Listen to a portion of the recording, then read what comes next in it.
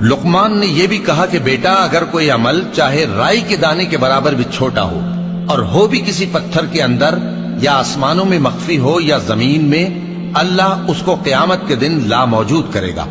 कुछ शक नहीं कि अल्लाह बारीक बीन है, खबरदार है। बेटा, नमाज की पाबंदी रखना और लोगों को अच्छे कामों के करने का मशवरा देते रहना, बुरी बातों से मना करते रहना, और जो मुसीबत तुझ पर वाक़े हो उस पर सब्र करना। बेशक ये बड़ी हिम्मत के काम हैं। और तकब्बुर करते हुए लोगों के सामने गाल न फुलाना और जमीन में अकड़ कर न चलना, इसलिए कि अल्लाह किसी इतराने वाले शेखी खोरे को पसंद नहीं करता।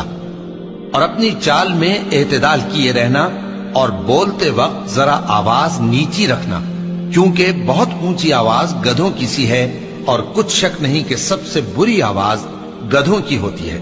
क्या तुमने नहीं देखा कि जो कुछ आसमानों में और जो कुछ जमीन में है, सबको अल्लाह ने तुम्हारे काबू में कर दिया है, और तुम पर अपनी जाहिरी और बातिनी नेमतें पूरी कर दी हैं। और बाज लोग ऐसे हैं कि अल्लाह के बारे में झगड़ते हैं, न इल्म रखते हैं और न हिदायत और न किताब रोशन।